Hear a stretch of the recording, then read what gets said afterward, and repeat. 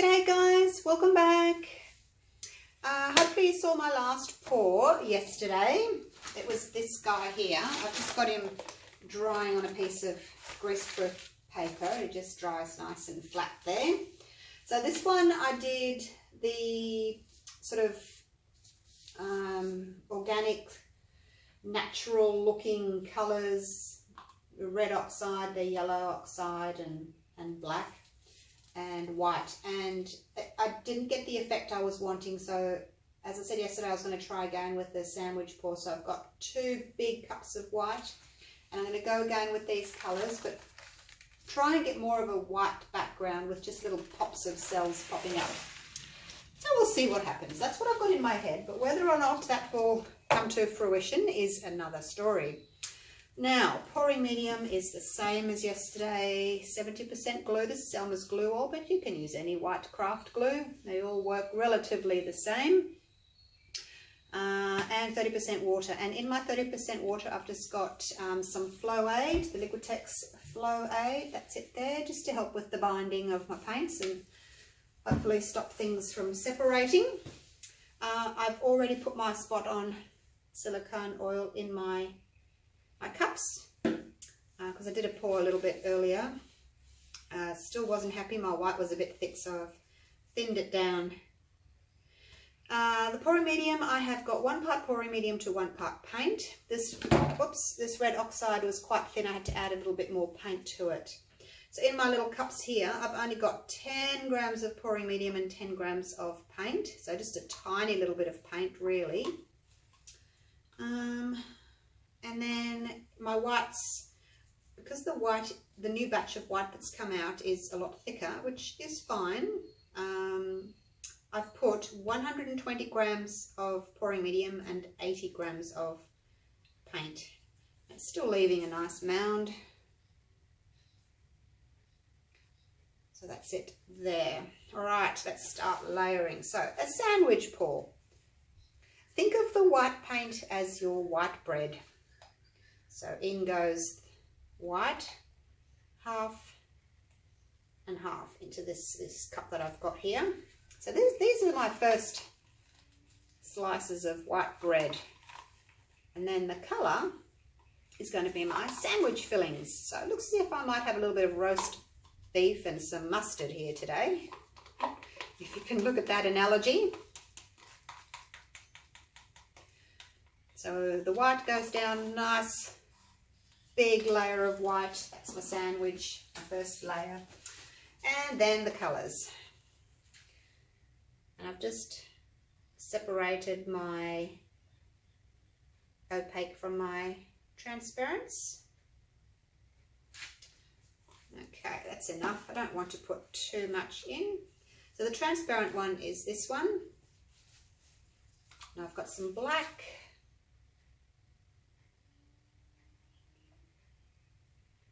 I'd actually use a bit more black because I want a really quite a greyish looking painting.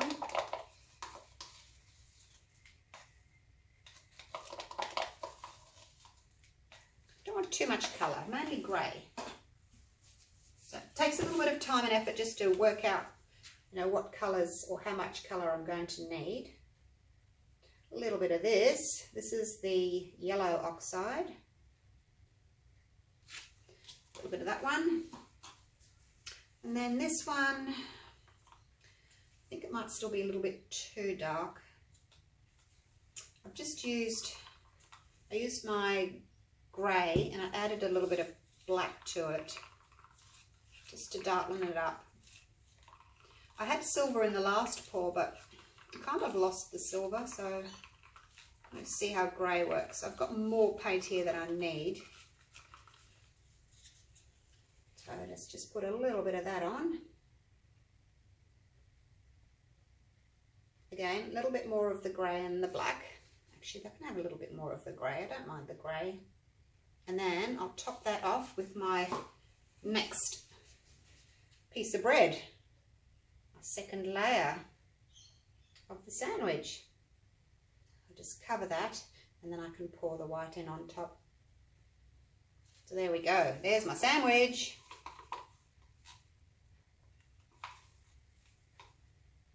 Now traditionally when I do a flip cup pour, I tend to flip both cups over and then I get this stripe down the middle where the two cups have kind of divided.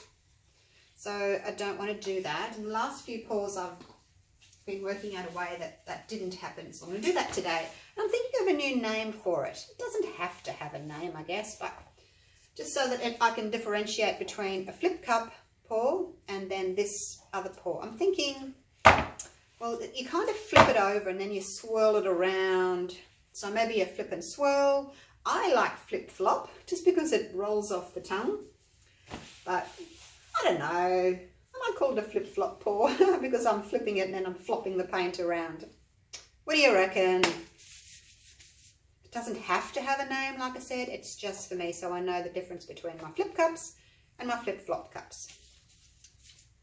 Why not? Now while those are sitting there, oops, there's my white. You can't even see really.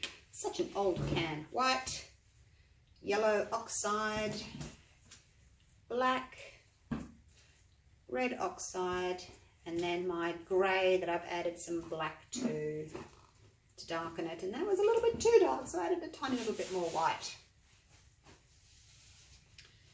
Okay, let's do this. Flip it over and then flop it around.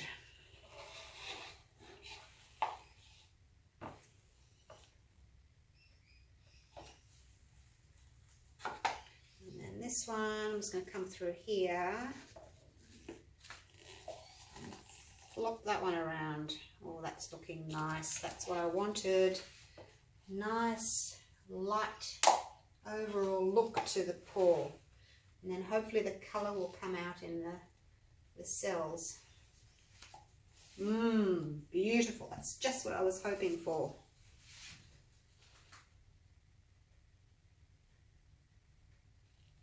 A little bit more there. I've got a little bit more coming out of the cup, so I'll use it. It's very muted colour. I'm just going to swirl this around just a touch, just to spread it. I have got that line there, I guess, which I wasn't really wanting, but it might add a little bit of character to the painting. So what do you reckon? Flip flop. It's quite bubbly. I've only just made this paint up. I didn't get home from work until quite late last night. It was dark and it was cold, and I just wanted to go and sit inside with my dogs on the couch, put the heater on, put some MasterChef on, and have a big bowl of chicken noodle soup. So I did that. I didn't feel like coming out into the cold studio and mixing paint for today. So I got up and mixed it this morning, but it's still really frothy. Just mixed it now. My white's still looking really quite thick. See, the cells are having trouble coming through that white. I'll just keep torching. Hopefully I can get more cells to pop through. And I don't want to get too close. Just go over and over and over, warming the paint through, getting that silicone to come up. It takes a while when your paint's this thick to get the oil to come up to the surface, so don't rush it. I'm not going to get anything here where I've got that big blob of white. I won't get any cells coming up through that. It's just too thick. And white being a opaque colour, it's going to be a little bit heavier anyway, so it makes it a little bit more difficult for the oil to pop up through that heavy, thick paint. I'm really liking the look of this so far, so I don't want to rush it. Just keep torching nice and gently. Round and round, keep the torch going so that you're not going to burn it. I don't know that I'm going to get anything else around here. Maybe once I've stretched the paint a little bit, I might be able to get some more cells up. So I think I'll do that. I'll stretch the paint, thin that white out, and then see if I can get some more cells to pop up under there. So I'm not getting much at all at the moment.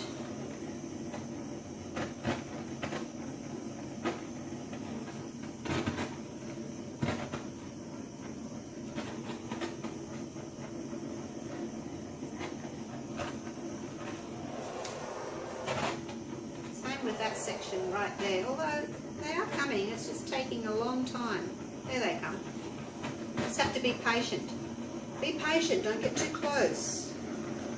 Just let that heat penetrate slowly through your thick paint. The cells will come up. You go too close and you'll ruin the whole thing. Okay, now I think I'll go off here first and get rid of some of that white because there's a lot there. And I'm not going to get any cells coming up through all that white.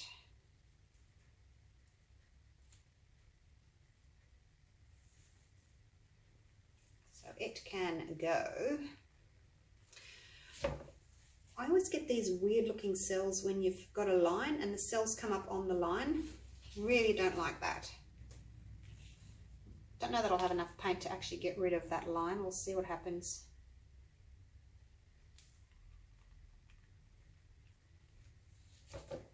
Paint's moving nicely though. When I did just before this, I videoed it, but then I deleted it because it was just not good. The paint was way too thick. The white paint was way too thick. Wasn't moving well at all. Go this way next.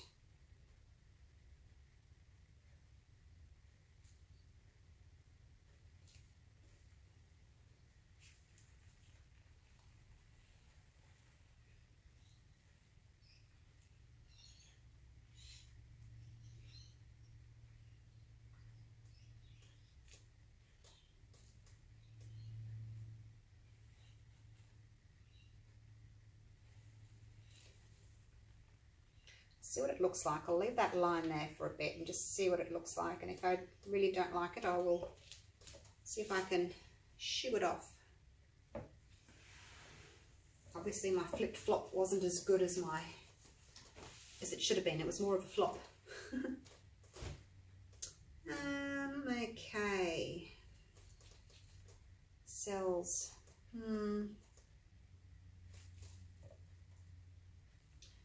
I did add a little bit of extra water to my colours as well, so they may have been a little bit too thin. So composition wise, not happy with it, but this whole experiment was for my colours, trying to get my colours right.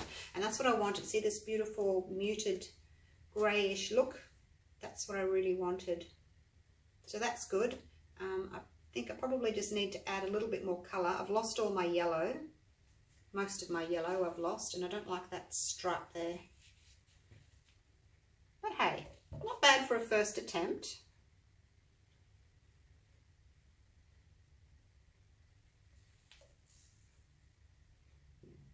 I'll just leave it. I won't play around with it too much or try and tip any more paint off. Oh, I was going to torch again, wasn't I? Yes. Oh, I forgot all about that. I was going to tilt a little bit and then torch, and then I got so enthralled in my tilting that I totally forgot to torch. So let's just torch a little bit just to see what happens. Get a few more little cells popping up between these bigger ones. So I guess the story is don't make your white too thick if you're doing sandwich pours. Probably could have thinned it out even more actually by the looks of it.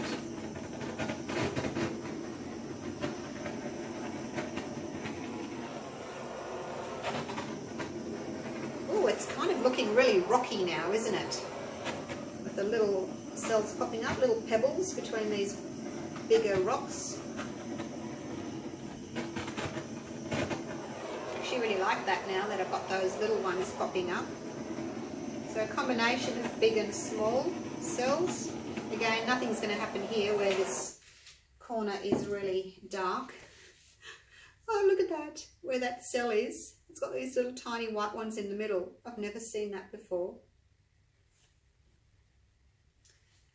These are a little bit broken, these cells here. Yeah, I might have watered down my paints a little bit too much. It's really hard working with such a tiny little bit of paint, like, you know, almost half an ounce of paint in a cup. I probably should just make up my normal amounts of paint and then just use a tiny little bit. I probably do that, because trying to get the consistency right in such a tiny little amount, it's really quite hard. But happy with the overall colours of that one. Just don't like the stripe. And I'll make my colours a little bit thicker. Let me get my gloves off and I'll take you down for a close-up. But definitely like it. So this was the previous one.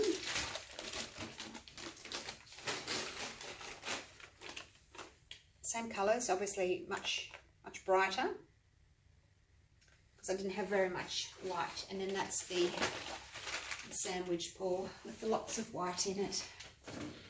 So yeah, really like those colours. Maybe the stripe on the side's growing on me, a little bit of interest.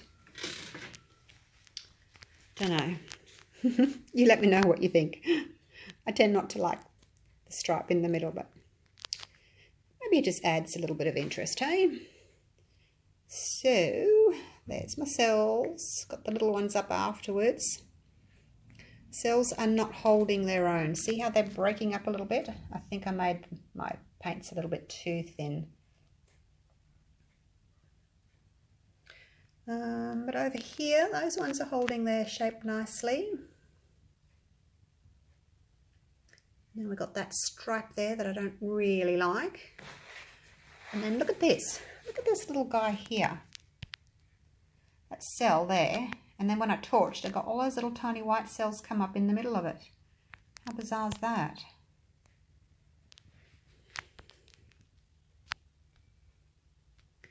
Alrighty, so there we go. Yeah, happy with the colours. Nice muted colours. I may even try a little bit of brown in it actually, just to see what happens, because that red oxide's throwing a little bit of pink with the white. So maybe I'll throw a little bit of brown in with it as well and see how that goes. All right, I'll do that one next. I'll see you for that one. Thanks for watching. Bye for now.